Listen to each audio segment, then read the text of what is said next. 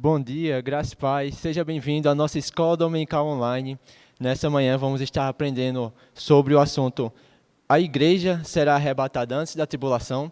A gente vai estar recebendo um ensino poderoso e a resposta para essa pergunta através do nosso irmão Tiago Freitas. Ele é secretário doutrinário do Estado de Minas Gerais, professor do Rema e da Escola de Ministros também. Então abra seu coração para receber de tudo que o Senhor tem para nós nessa manhã. Tiago, pode ficar à vontade.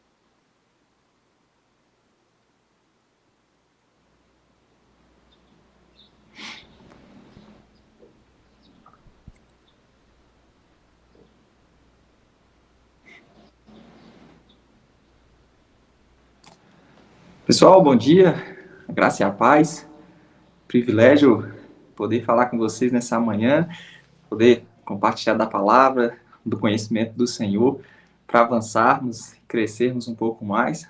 Agradecer muito ao convite, toda essa equipe maravilhosa do Verbo Distrito, um abraço enorme, pastor Isaías, espero revê-los em breve. E nessa manhã nós vamos falar de um tema que enche meu coração de expectativa e com certeza também deve encher o seu coração se você, crente em Jesus, nascido de novo. Essa é a nossa bendita esperança e todo crente deve viver com essa perspectiva, deve viver com esse desejo de seu encontro com o Senhor. Toda a revelação bíblica, ela gira em torno de 4 temas: criação, queda, redenção e, por fim, a glorificação. E a glorificação diz respeito à vinda do Senhor Jesus e a consumação dessa salvação, a transformação dos nossos corpos, a transformação de toda a criação, o que a Bíblia promete do nosso governo, reino junto com Cristo. Ele virá para reinar sobre essa terra e nós, em corpos incorruptíveis, corpos de glória, reinaremos juntamente com Ele.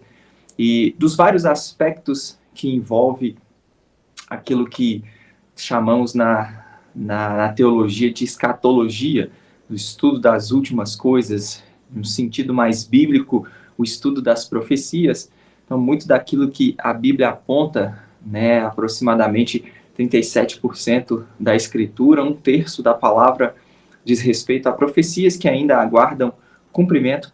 E uma dessas profecias, um desses eventos futuros é o arrebatamento, tudo que envolve o arrebatamento e, mais especificamente, o momento em que ele acontecerá. Isso é tema que gera muita dúvida e muito filho de Deus, se antes, se na metade ou se ao fim da tribulação. E nós vamos procurar esclarecer esse assunto nessa manhã. Já logo deixo claro que não dá para esgotar todo o tema, falar de todo o assunto em 50 minutos, mas nós vamos, obviamente, tentar, com o tempo que temos, esclarecer muita coisa.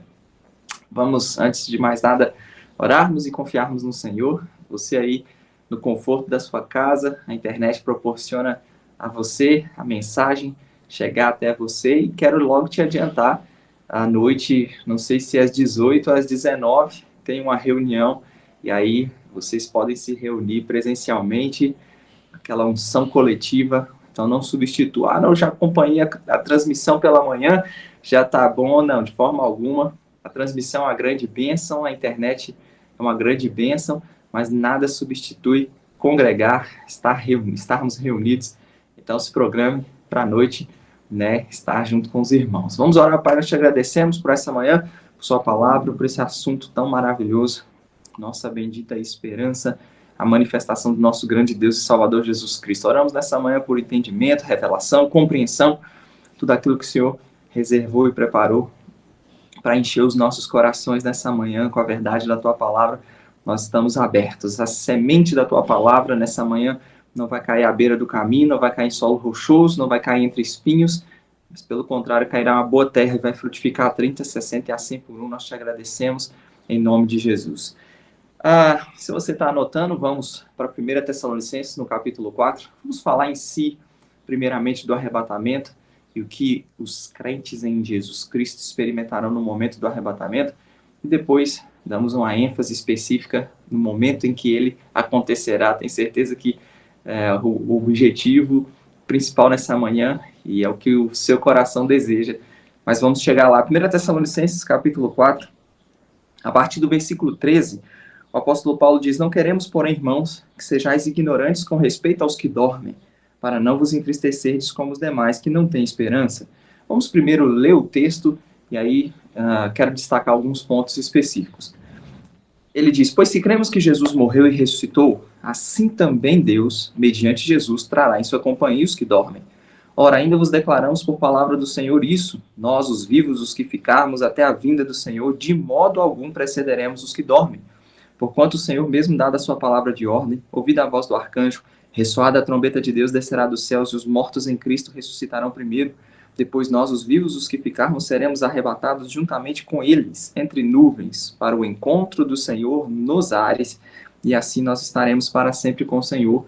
Então, no verso 18, ele diz: consolai-vos, pois, uns aos outros com estas palavras. Consolai-vos uns aos outros com estas palavras, porque ele deu o tom, o motivo pelo qual ele ensinou a respeito do arrebatamento e o que vai acontecer no momento do arrebatamento. O tom está no verso 13. Ele diz: a respeito dos que dormem, não quero que vocês sejam ignorantes como os demais que não têm esperança, para não vos entristecerdes como eles. Quando ele menciona os que dormem, obviamente ele está falando daqueles que já haviam experimentado a morte. Dormir aqui é um eufemismo para a morte. Usa-se dormir ao invés de morreu para aliviar a expressão. Por exemplo, quando Jesus vai ressuscitar Lázaro, o Evangelho de João, capítulo 11, Jesus diz claramente aos discípulos que Lázaro havia adormecido. Os discípulos pensaram que Jesus se referia ao repouso, ao descanso. E Jesus deixa claro: não, Lázaro morreu e eu vou despertá-lo. Então, quando ele diz a respeito dos que dormem, ele está falando, obviamente, a respeito daqueles que já haviam experimentado a morte. E o desejo de Paulo era que o povo de Deus não fosse ignorante como os que não têm esperança. E ele deixa claro que nós temos uma esperança. Verso 14, ele diz: pois se cremos que Jesus morreu e ressuscitou, assim também. Esse assim também é muito importante, porque, em outras palavras, o que Paulo está deixando claro é que o que Deus fez com Jesus na ressurreição é o mesmo que ele fará com o seu povo. É por isso que não precisa haver nos crentes um desespero, uma tristeza, como os demais que não têm esperança. Porque para o mundo sem Cristo, a morte é o fim de tudo, ou parece ser o fim de tudo, porque não há nenhuma esperança para além da morte. E o que ele está combatendo com os Tessalonicenses é exatamente isso. Vocês não precisam se entristecer como os demais que não têm esperança, pois nós temos uma esperança. Jesus morreu e ressuscitou, e é o que Deus, e é o mesmo Deus vai fazer com o seu povo. Nós seremos, os mortos em Cristo experimentarão a ressurreição, os vivos seremos arrebatados para o encontro do Senhor nos ares. E é isso que ele deixa claro. 16, ele diz: porquanto o Senhor mesmo, dada a sua palavra de ordem, ouvida a voz do arcanjo, ressoada a trombeta de Deus, descerá dos céus, os mortos em Cristo ressuscitarão primeiro. Ele diz: nós, os vivos, os que ficarmos, seremos arrebatados juntamente com eles entre nuvens para o encontro do Senhor nos ares. E assim nós estaremos para sempre com o Senhor. Quando ele menciona a ressurreição dos mortos, nós precisamos olhar para esse texto e 1 Coríntios capítulo 15. E a primeira coisa que eu gostaria de destacar é a transformação dos corpos. Os mortos em Cristo ressuscitarão, nós os vivos. Aqui ele não menciona especificamente a transformação dos corpos, mas aos Coríntios ele menciona. Então, segurando aí Tessalonicenses e indo para 1 Coríntios capítulo 15, a partir do verso 42, ele fala da natureza do corpo da ressurreição. Como serão os corpos daqueles que experimentarem a ressurreição para a imortalidade? Ele diz: pois assim também é a ressurreição dos mortos. Semeia esse corpo na corrupção, ressuscita na incorrupção. Semeia-se em desonra, ressuscita em glória. Semeia-se em fraqueza, ressuscita em poder. Semeia-se corpo natural, ressuscita corpo espiritual. Se há corpo natural, também há corpo espiritual. Então ele deixa claro que os crentes em Cristo, os mortos em Cristo, eles estão com o Senhor hoje. Atos capítulo 7, quando Estevão é apedrejado, o texto é claro ao dizer que ele viu o céu aberto e Jesus em pé à sua direita, e ele diz, seu corpo apedrejado, ele diz a Senhor Jesus, recebe o meu espírito.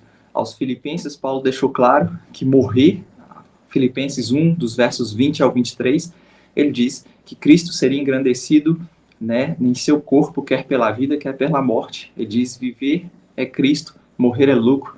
Porque morrer é lucro, ele explica, porque morrer é partir e estar com Cristo, que é incomparavelmente melhor.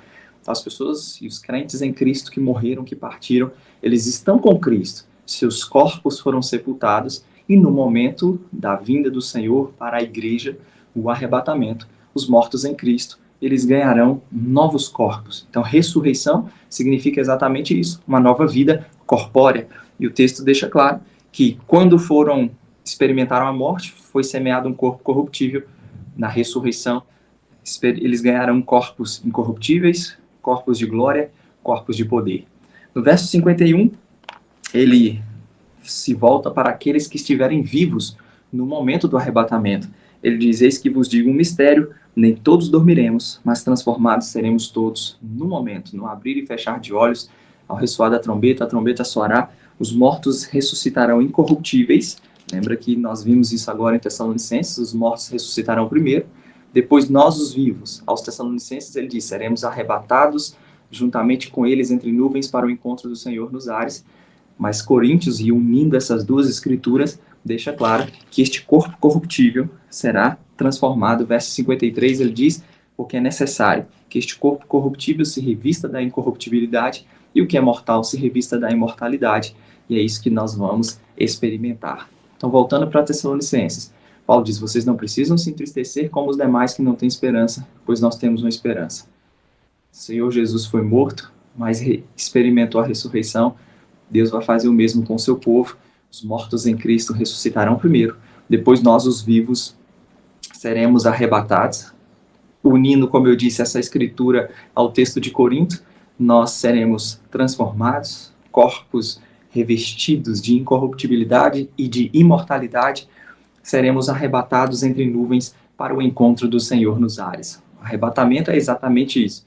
É o momento em que seremos levados para nos encontrarmos com o Senhor nos ares.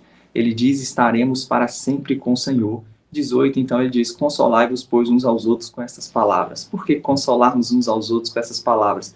Porque a ressurreição é a garantia. No momento do arrebatamento, a ressurreição é a garantia de que um dia nos reencontraremos com aqueles que partiram. Isso enche o nosso coração, como eu disse no início, de esperança. Essa é a nossa esperança, essa é a nossa expectativa, a manifestação do nosso Senhor e o nosso encontro com Ele nos ares. Pronto, destacado esse primeiro elemento do arrebatamento. O que é o arrebatamento? Nós seremos levados para nos encontrarmos com o Senhor nos ares, com corpos de glória, corpos de poder. Em outras escrituras, nós temos o claro ensino da palavra de Deus de que os corpos serão transformados para ser igual ao corpo da própria glória do Senhor Jesus. Filipenses capítulo 3, dos versos 20 e 21, é isso que Paulo diz, nossa pátria está nos céus, e lá nós aguardamos o Salvador, o nosso Senhor Jesus Cristo, o qual transformará o nosso corpo de humilhação para ser igual ao corpo da sua glória. Em 1 João capítulo 3, do verso 2, ele diz que agora somos filhos de Deus, mas ainda não se manifestou o que haveremos de ser. Sabemos que quando ele se manifestar, seremos semelhantes a ele, porque haveremos de vê-lo como ele é. Então, o primeiro destaque que eu gostaria de deixar bem firmado no seu coração é que a morte em Cristo foi vencida. Nós, o povo de Deus, os que morreram em Cristo ganharam novos corpos. Nós, os vivos, os que ficarmos até a vinda do Senhor, seremos arrebatados com eles, com corpos de glória, de poder. Nos encontraremos com o Senhor nos ares para estarmos, então, para sempre com o Senhor. Eu sei, como eu havia dito, e o grande propósito, motivo dessa reunião nessa manhã é tentar trazer clareza a respeito do momento em que o arrebatamento acontece. Bom, nós no Verbo da Vida, nós acreditamos e temos razões bíblicas e coerentes para crermos que o arrebatamento da igreja acontecerá antes da tribulação. E algumas razões precisam ser destacadas. A primeira delas é que igreja e Israel não são a mesma coisa na revelação bíblica. Israel é uma coisa, a igreja é outra coisa completamente diferente. Em 1 Coríntios, capítulo 10, no verso 32, o apóstolo Paulo deixa claro que não pode ser pedra de tropeço, nem para judeus, nem para gentios, nem tampouco para a igreja de Deus. Então ele destaca, né, judeu, gentio e também a igreja. Só dele fazer distinção entre Israel e igreja já deixa claro que não são a mesma coisa. Nós não somos hoje o Israel, não substituímos Israel. Há uma teologia, uma teoria, um ensino, infelizmente muito danoso, chamado teologia da substituição, que ensina que, pelo fato de Israel ter rejeitado Jesus, a igreja hoje substitui Israel, principalmente naquelas promessas que foram feitas aos patriarcas. A igreja hoje experimenta o cumprimento dessas promessas. E isso não é verdade, não temos respaldo para crer nisso. Pelo contrário, a Bíblia vai deixar claro em Romanos, capítulo 11, a partir do versículo 25, que haverá um futuro tratamento de Deus com Israel, principalmente por causa dos patriarcas. E Paulo diz que o amor, os dons e a vocação de Deus são irrevogáveis, e por amor aos patriarcas, Israel vai experimentar cumprimento de promessas específicas que Deus fez especificamente para a nação de Israel. Aquela geração da primeira vinda de Jesus que não o recebeu, a infidelidade deles não anulou as promessas de Deus, não anulou o que Deus prometeu aos patriarcas. Então, isso precisa ficar claro. Israel e igreja são duas coisas diferentes. E quando a tribulação ela é narrada na Escritura, nós não podemos ignorar o caráter judaico da tribulação. É óbvio que a tribulação, além desse caráter judaico, ela também será um tempo descrito na Escritura de ira e juízo de Deus sobre a terra. Principalmente o livro de Apocalipse deixa isso claro, e nós vamos ver alguns textos já já. Então, Israel e igreja não são a mesma coisa. E aqueles que muitas vezes pensam que a igreja estará na terra durante a tribulação ignoram esse caráter judaico da tribulação. Por exemplo, em Daniel, capítulo 9, no verso 27, quando as 70 semanas são narradas, no verso 24, um pouco antes, ele diz que 70 semanas estão determinadas sobre o teu povo e sobre a tua santa cidade. Bom, 70 semanas estão determinadas sobre o povo de Daniel e a cidade de Daniel. Perceba que o texto deixa claro que é um período específico que está destinado, determinado para um povo específico, para uma cidade específica. 70 semanas estão, o texto deixa claro, estão destinadas ao teu povo e à tua santa cidade. No texto em Daniel 9, se você quiser me acompanhar na leitura, Daniel 9, no capítulo 9, no verso 24, 70 semanas estão determinadas sobre o teu povo, sobre a tua santa cidade. Então o texto fala de 69 semanas ou 483 anos, não tenho tempo de explicar todas essas minúcias, todos esses detalhes, mas em resumo, 69 semanas ou 483 anos, eles já se cumpriram e se cumpriram literalmente. O texto fala da saída da ordem para restaurar e edificar Jerusalém até ungido ao príncipe, passariam 62 semanas, 7 semanas mais 62 semanas, as praças e as circunvalações se reedificarão, mas em tempos angustiosos. O texto fala da própria morte do nosso Senhor Jesus, depois das 62 semanas será morto, ungido, já não estará. E aí o texto menciona que o povo de um príncipe que há de vir, e aí o texto unindo as escrituras já reveladas do capítulo 7, esse príncipe que há de vir, o anticristo, O Apocalipse vai deixar claro que haverá uma coalizão de 10 reis que conferirá a ele o poder e a autoridade. Isso está em Daniel capítulo 7 e também nos capítulos 13, capítulo 17 de Apocalipse. Essa verdade é narrada também no Novo Testamento, em Mateus 24 e também em 2 Tessalonicenses no capítulo 2. O texto deixa claro que esse príncipe que há de vir, o povo de um príncipe que há de vir, destruiria a cidade e o santuário. Isso já se cumpriu no ano 70 depois de Cristo. E aí o verso 27 diz que ele fará firme aliança com muitos. Esse ele aqui é esse príncipe que há de vir, o anticristo, fará firme aliança com muitos por uma semana. E aí o texto diz que na metade da semana fará cessar o sacrifício e a oferta de manjares, sobre a asa das abominações virá o assolador, até que a destruição que está determinada se derrame sobre ele. Então o que eu quero, lembre-se que o nosso objetivo é tentar mostrar, deixar claro que o arrebatamento acontece antes da tribulação.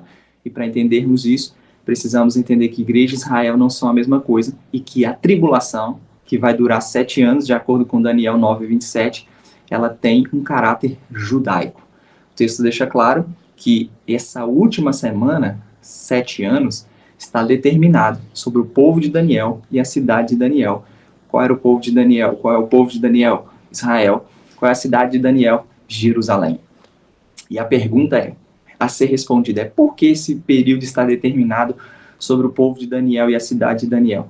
Em Mateus 24, quando Jesus vai falar também da tribulação, e no versículo 15 ele diz que quando virdes o abominável da desolação de que falou o profeta Daniel no lugar santo, quem lê entenda.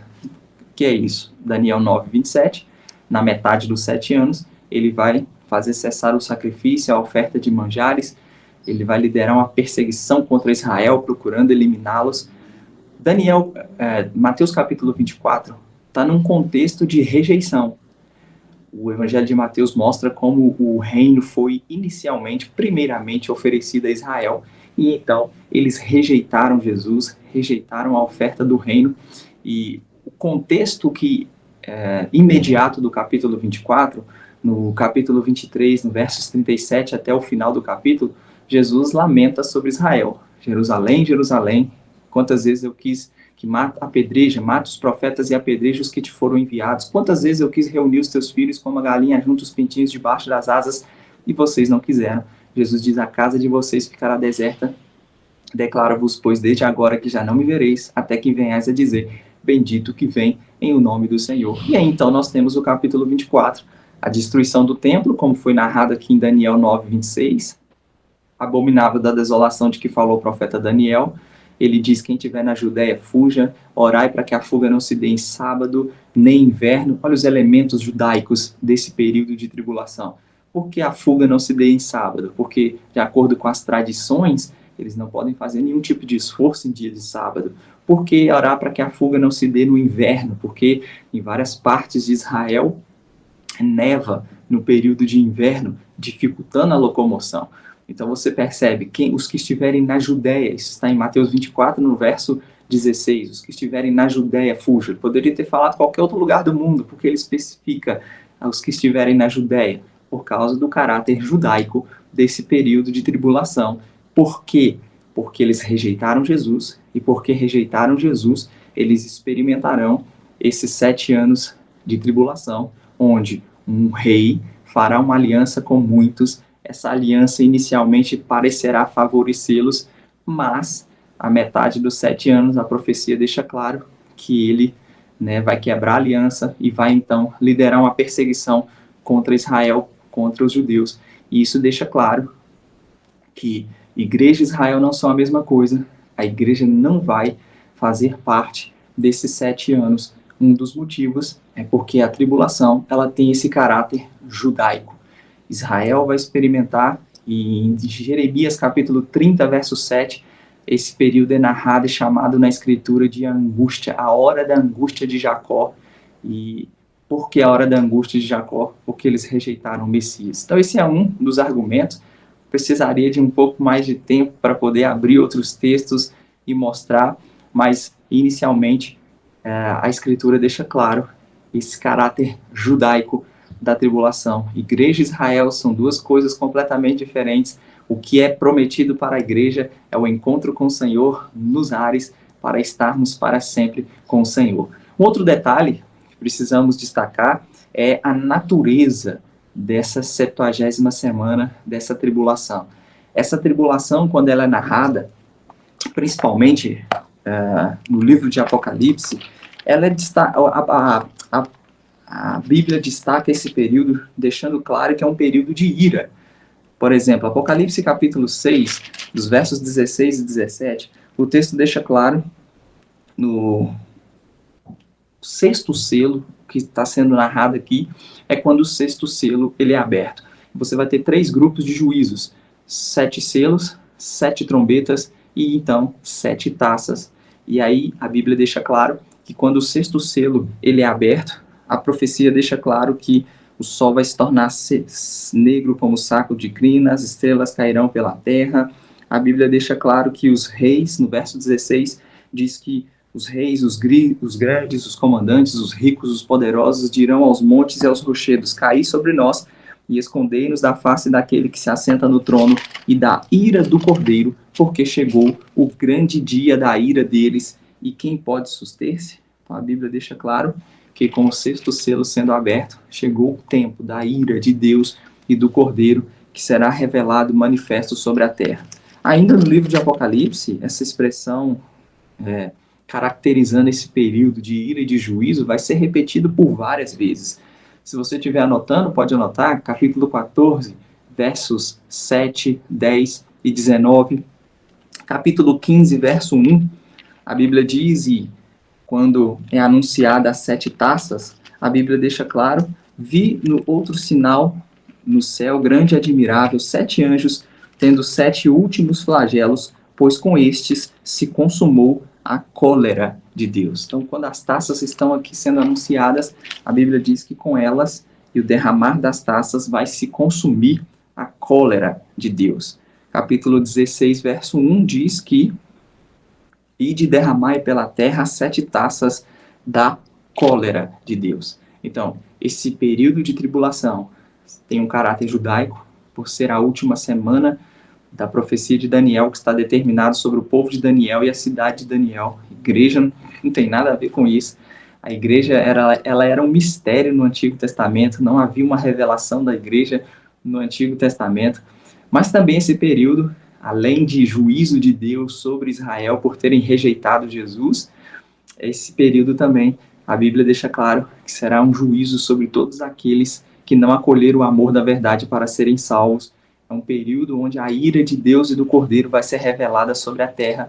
Então, nós poderíamos resumir o período de tribulação com essa expressão: um período de ira e de juízo. E a Bíblia vai deixar claro, falando nas epístolas para a igreja, que Deus não nos destinou para a ira. Eu quero te mostrar isso, começando por Tessalonicenses, no capítulo 1, nos versos 9 e 10. 1 Tessalonicenses 1, 9 e 10, a Bíblia diz: pois eles mesmos, no tocante a nós, proclamam que repercussão teve o nosso ingresso em vosso meio, como deixando os ídolos vos converterdes a Deus, para servirdes ao Deus vivo, e para aguardardes dos céus a seu Filho, a quem ele ressuscitou dentre os mortos, Jesus, que nos livra da ira vindoura. Então, não sei você, mas eu não perderia a oportunidade de glorificar o Senhor. A Bíblia deixa claro que o Senhor vai nos livrar, não é nos julgar, não é nos punir, ele nos livra da ira vindoura. Que ira vindoura é essa? A tribulação, a ira de Deus e do Cordeiro, a manifestação dessa ira por meio dos selos, das trombetas e das taças. Jesus nos livra da ira vindoura. No capítulo 5, nós acabamos de ler agora há pouco o capítulo 4, os versos 13 a 18. O capítulo 5, ele vai falar desse período de ira, de tribulação. O texto deixa claro: irmãos, relativamente aos tempos e às épocas, não há necessidade que eu vos escreva, pois vós mesmos estáis inteirados com precisão de que o dia do Senhor vem como um ladrão na noite. E essa expressão dia do Senhor, ela é uma expressão na Bíblia para descrever também a tribulação. Envolve mais do que a tribulação, porque envolve o período de tribulação, a segunda vinda, os juízos da segunda vinda. Mas também essa expressão dia do Senhor é usada na Escritura para descrever esse período de tribulação. Em Sofonias, no capítulo 1, dos versos 14 até o verso 18, quando a Bíblia fala do dia do Senhor, fala que vai ser um dia de densas nuvens, onde a carne dos homens será tirada como esterco, seu sangue vai ser derramado, nem sua prata nem o seu ouro os poderão livrar no dia da indignação do Senhor. Então haverá esse período, sim, ainda futuro sobre a terra, e Paulo está falando exatamente sobre esse período. Então ele diz: vós mesmos estáis inteirados com precisão de que o dia do Senhor vem como um ladrão na noite. Ele diz: quando andarem dizendo paz e segurança, eis que lhes sobrevirá repentina destruição, como vem as dores de parta que está para dar à luz, e de nenhum modo escaparão. Aí ele diz no 4, mas vós, irmãos, não estáis em trevas, para que esse dia vos apanhe de surpresa. Ele diz: porquanto vós todos sois filhos da luz, sois filhos do dia, nós não somos da noite, nós não somos das trevas. Olha que coisa interessante. Ele diz: o dia do Senhor, tribulação, período de juízo sobre a terra, ira de Deus e do Cordeiro, vem como um ladrão na noite. Aí ele diz: quando andarem dizendo paz e segurança, ele diz: eis que lhes sobrevirá repentina destruição. Perceba que ele não disse nos sobrevirá. Ou seja, ele não se coloca no grupo daqueles que experimentarão a repentina destruição que será experimentada quando o dia do Senhor se manifestar. Ele diz: lhes sobrevirá. E aí, falando aos crentes, ele diz: mas vós, irmãos, não estáis em trevas, para que esse dia vos apanhe de ladrão como surpresa. E então ele se coloca no grupo daqueles que são da luz, são do dia. Ele diz: porquanto vós todos sois filhos da luz, filhos do dia. Nós, olha só, agora ele coloca e ele se inclui no grupo daqueles que são da luz e do dia. Nós não somos da noite, nem das trevas. Olha que coisa maravilhosa, irmãos. Ele deixa claro que a repentina destruição que o dia do Senhor trará sobrevirá a eles. Nós não estamos em trevas, nós não somos da noite, nós não somos das trevas. E aí ele diz no verso 6, assim, pois, irmãos, não durmamos como os demais. Pelo contrário, vigiemos e sejamos sóbrios. Os que dormem, dormem de noite, os que se embriagam, é de noite que se embriagam. Nós, porém, que somos do dia, sejamos sóbrios, revestindo-nos da couraça da fé e do amor e tomando como capacete a esperança da salvação. 9, porque Deus não nos destinou para a ira, porque é isso que o dia do Senhor trará, uma manifestação da ira. Deus não nos destinou para a ira, mas para alcançar a salvação mediante o nosso Senhor Jesus Cristo. Deus não nos destinou para o seu dia de juízo, de ira, de indignação. Ele, a Bíblia deixa claro, não nos destinou para a ira, mas para alcançarmos a salvação. Ainda em Tessalonicenses, agora na segunda carta, eu quero que você vá comigo lá no capítulo 2, 2 Tessalonicenses no capítulo 2 agora, a Bíblia deixa claro a partir do verso 1, irmãos, no que diz respeito à vinda de nosso Senhor Jesus Cristo e à nossa reunião com Ele, que reunião é essa? O arrebatamento, o encontro com o Senhor nos ares. Ele diz: nós vos exortamos a que não vos demovais da vossa mente com facilidade, nem vos perturbeis, quer por espírito, quer por palavra, quer por epístola, como se procedesse de nós, supondo que tenha chegado o dia do Senhor. Ninguém de nenhum modo vos engane. Aí ele diz: porque isso não acontecerá, então o dia do Senhor, não acontecerá sem que primeiro venha a apostasia e seja revelado o homem da iniquidade, o filho da perdição. E aí ele diz que o homem da iniquidade, o filho da perdição, ele se opõe e se levanta contra tudo que se chama Deus ou é objeto de culto, a ponto de assentar-se no santuário de Deus, ostentando-se como se fosse o próprio Deus. Ele está falando do anticristo. Ao falar e ao mencionar assentar-se no santuário de Deus, ele está se referindo àquilo que Daniel capítulo 9, verso 27 deixa claro. Ele vai interromper o culto no templo, vai interromper o sacrifício. Jesus falou do abominável da desolação no lugar santo, em Mateus 24, 15. Então ele diz que Paulo está falando. Ele diz: não vos recordais de que ainda convosco eu costumava dizer-vos estas coisas? E agora sabeis o que o detém, para que ele seja revelado somente em ocasião própria. Com efeito, o mistério da iniquidade já opera, e aguarda somente que seja afastado aquele que agora o detém. Então, será de fato revelado o iníquo, a quem o Senhor Jesus matará com o sopro da sua boca e o destruirá pela manifestação da sua vinda. Essa palavra no versículo 3, apostasia, o dia do Senhor não vem até que venha a apostasia e a revelação do homem da iniquidade. Essa palavra apostasia, ela também pode ser traduzida como afastamento, retirada. De fato, algumas versões mais antigas trazem exatamente essa palavra retirada. Eu sei que quando falamos em apostasia, nós logo imediatamente pensamos em apostatar-se da fé. E o que seria esse apostatar da fé? Afastar-se da fé. Paulo, por exemplo, usa a apostasia no sentido espiritual quando escreve a Timóteo. O Espírito afirma que muitos se apostatarão da fé, ou seja, se afastarão da fé. Só que aqui você não tem apostatar da fé, o ensino não é esse.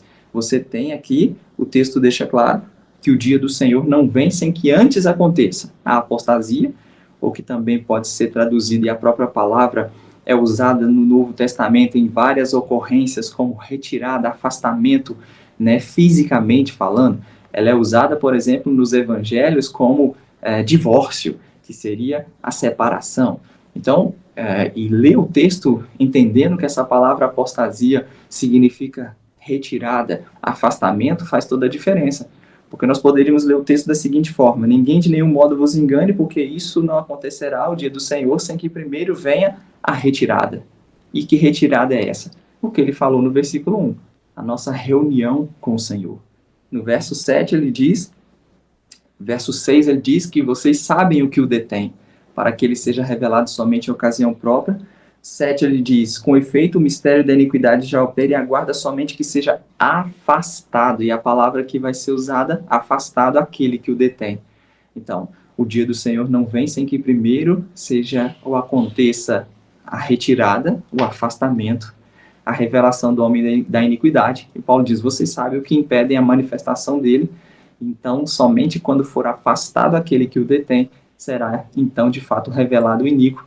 E obviamente é a nossa reunião com o Senhor, é o corpo de Cristo, é a igreja que vai experimentar o arrebatamento, a retirada, o afastamento, o homem da iniquidade será revelado, e a Bíblia deixa claro que ele será destruído pelo sopro da boca do nosso Senhor Jesus Cristo, pela manifestação da sua vinda. Isso fica ainda mais claro quando você lê no verso 9, a Bíblia diz, ora, o aparecimento do iníquo é segundo a eficácia de Satanás, com todo o poder e sinais e prodígios da mentira, com todo o engano de injustiça, olha só, aos que perecem, porque não acolheram o amor da verdade para serem salvos.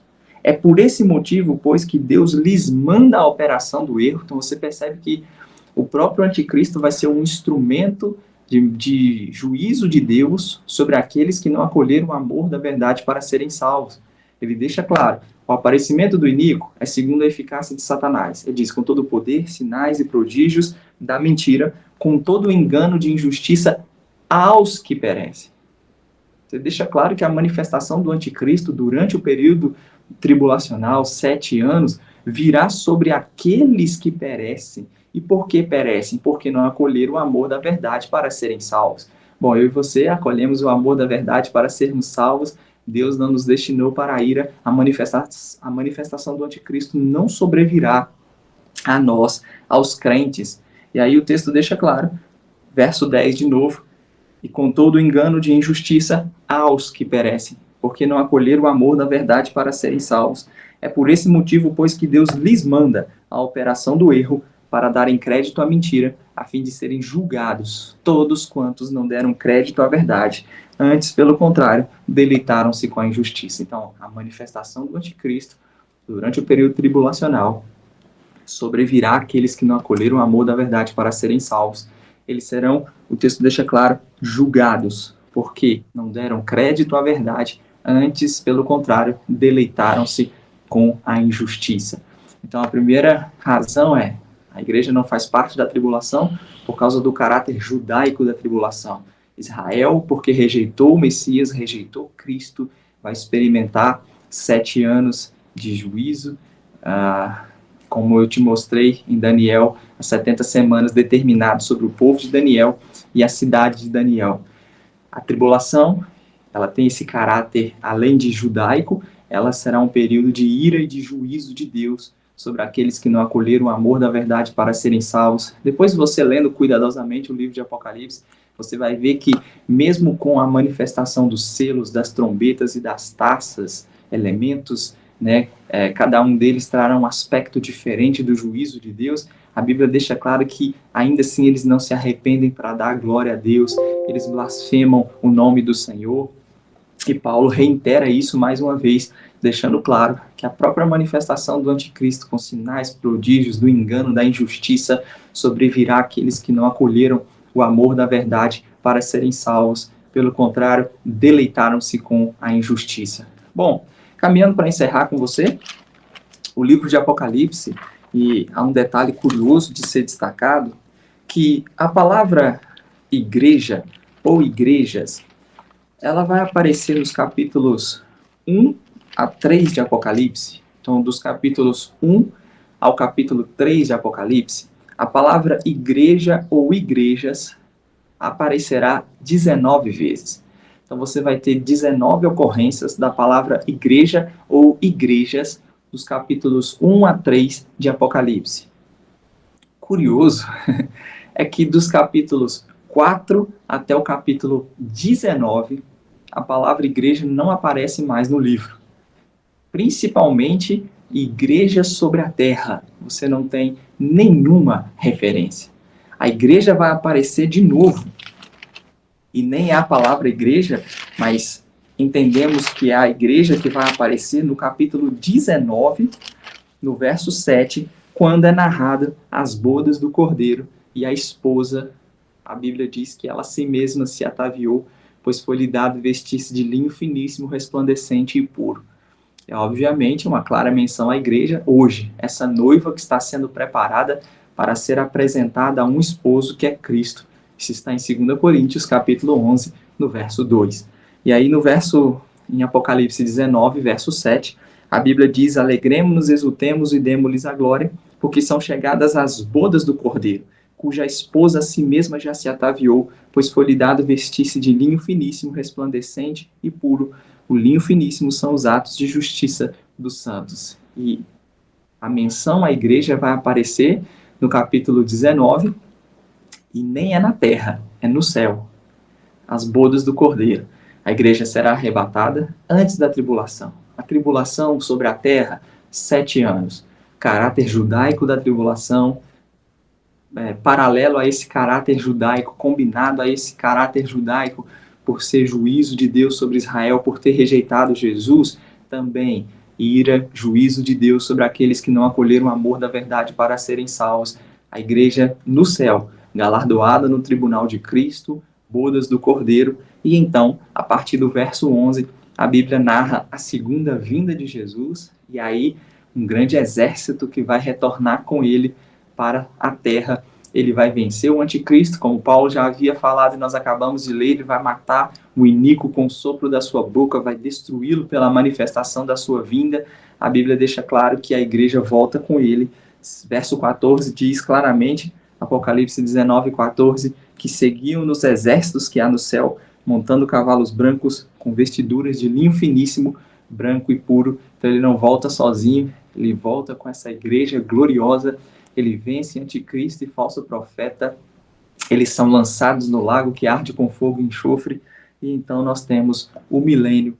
E o milênio será o reinado de Cristo sobre a terra. E a promessa é que eu e você vamos governar sobre nações, vamos nos assentar juntamente com ele no trono. Apocalipse 5, 9 e 10, ele diz que os que foram comprados de toda tribo, povo, língua e nação reinarão sobre a terra.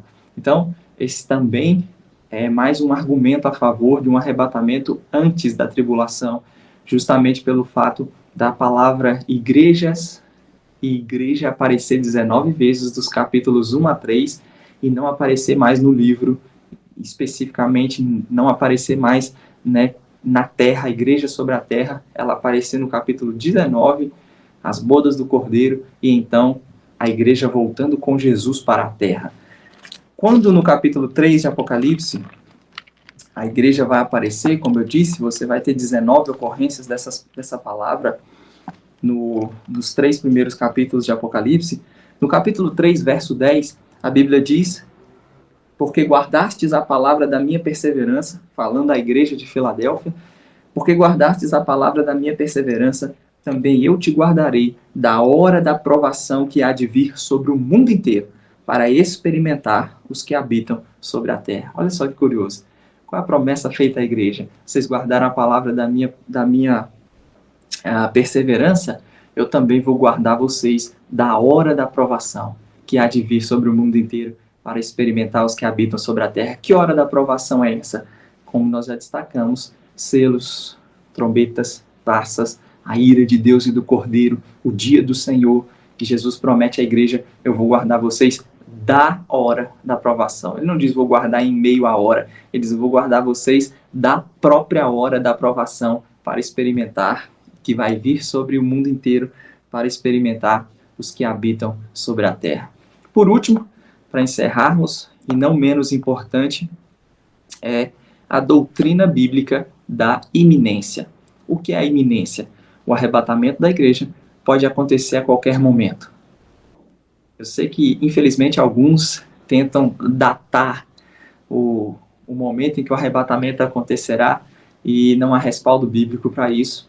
Nós devemos viver à luz de uma manifestação, de uma vinda iminente do Senhor, de um encontro iminente com Ele nos ares, porque nós não temos na palavra respaldo algum para que o arrebatamento, ou para entendermos ou acharmos que o arrebatamento acontece somente antes de determinado evento. Não, é um evento iminente. O que é um evento iminente? Paira sobre nós, pode acontecer a qualquer momento. A Bíblia diz, por exemplo, em Tiago, capítulo 5, dos versos 7 a 9, que nós devemos ser pacientes, porque a vinda do Senhor está próxima, o juízo está às portas. Tiago foi escrito no ano 49 depois de Cristo, e Tiago já usa um tom de que a vinda do Senhor podia acontecer nos seus dias. Por vários momentos, o apóstolo Paulo coloca e inclui a si mesmo naqueles que aguardavam a vinda do Senhor. Lemos 1 Coríntios 15, digo a vocês um mistério, nem todos dormiremos, mas transformados seremos todos. Olha só, ele se coloca, ele se inclui no grupo daqueles que experimentariam. Então, nós vos declaramos por palavra do Senhor isso, nós de modo algum precederemos os que dormem.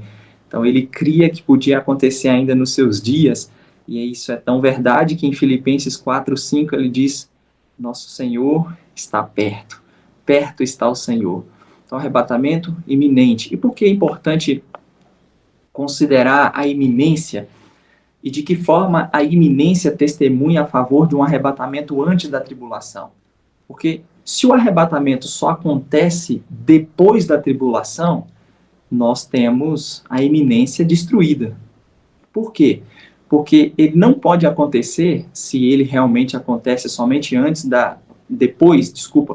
se o arrebatamento acontece depois da tribulação, o arrebatamento ele não é iminente. Nós não estamos esperando uma vinda iminente do Senhor. Nós estamos esperando a tribulação, os 7 anos, o anticristo, e só então, depois de tudo isso, é que o arrebatamento acontecerá. Então, a doutrina bíblica de um arrebatamento iminente, ela testemunha a favor de um arrebatamento antes da tribulação. Porque nós estamos esperando o momento do encontro com o Senhor nos ares, e não a tribulação, não os 7 anos, não o anticristo, não o juízo. E esses são alguns dos elementos, alguns dos fatores do porquê nós acreditamos que o arrebatamento vai acontecer antes da tribulação. Há vários outros argumentos que poderiam ser destacados. Esse é um enorme quebra-cabeça. O estudo dos últimos dias é um enorme quebra-cabeça que você monta essas peças pequenas para ter uma visão geral do assunto e do tema. Então, por isso, você que deseja continuar estudando, vai aqui minha recomendação para se planejar, se programar, para estar conosco no Rema no próximo ano. Você que ainda não fez o Rema, então se programe, se planeje para estar conosco. Nós temos no Rema uma matéria escatologia, só sobre esse assunto, só sobre esse tema, e ele então vai ser tratado com uma riqueza de detalhes muito maior. Temos alguns livros principalmente os livros da nossa editora, de Derek Walker, A Profecia dos Fins dos Tempos, o volume 1 e 2, então você pode procurar aí depois no Verbo Shopping, tenho certeza que vai acrescentar muito na sua vida. E também o livro Manual de Escatologia. O Manual de Escatologia, ele é maravilhoso porque ele trata de todas as posições, eu quero estudar um pouco mais sobre o mesotribulacionismo e o pós-tribulacionismo. O Manual de Escatologia vai trazer também o que eles ensinam, o que eles pensam e também onde eles erram. Isso é o mais importante, onde eles erram na sua forma e maneira de interpretar a Escritura. Bom, pessoal, quero agradecê-los pelo convite, por dedicar parte da sua manhã para estar aqui me ouvindo. Qualquer coisa, me manda uma mensagem lá no Instagram, @mfreitastiago.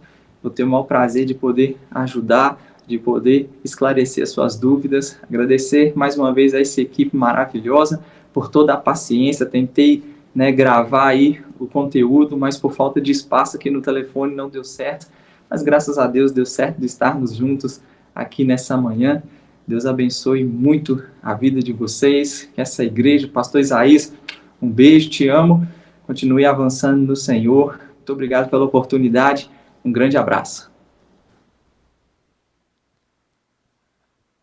Amém. Queremos agradecer, Tiago, também pela disponibilidade, pela dedicação. De fato, fomos esclarecidos e fortalecidos naquilo que a palavra diz a respeito do arrebatamento. Muito obrigado mesmo. Queremos em galardão da parte do Senhor sobre a sua vida. Amém. Nós vamos continuar o nosso culto agora com os nossos dízimos e ofertas. Eu queria ler com você Provérbios capítulo 3, versículo 9. Diz assim: honra ao Senhor com os teus bens e com as primícias de toda a tua renda. Sabe, honrar o Senhor a gente pode fazer de várias maneiras. E a Bíblia deixa claro que com os nossos bens, com os nossos recursos, é uma forma de honrarmos a Ele. Afinal de contas, reconhecemos que tudo o que temos é o Senhor que fez chegar em nossas mãos. E nada mais justo do que honrar a Ele com aquilo que Ele nos deu, aquilo que Ele colocou em nossas mãos para administrar. Devemos fazer isso com alegria. Afinal de contas, é para o reino dEle, é para alcançar pessoas. Fazemos com um coração generoso, por amor ao Senhor.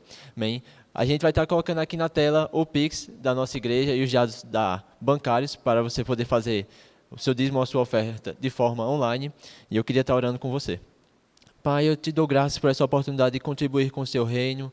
Sim, Pai, te agradecemos, Pai, porque o Senhor tem feito chegar em nossas mãos, Pai, para que possamos ver bem, mas para que possamos superabundar em toda generosidade. Eu oro, Pai, pelos nossos irmãos, Pai, supridos em tudo, Pai. Sim, Pai, abundantes em toda boa obra, Pai. Fazemos por amor ao Senhor. Queremos mesmo, Pai, empenhar os nossos bens no Teu reino.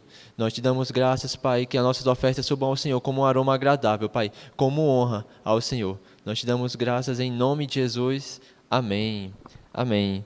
Então, estamos encerrando a nossa escola dominical online. Quero incentivar você a gerar expectativas para o nosso culto logo mais à noite, às 18 horas.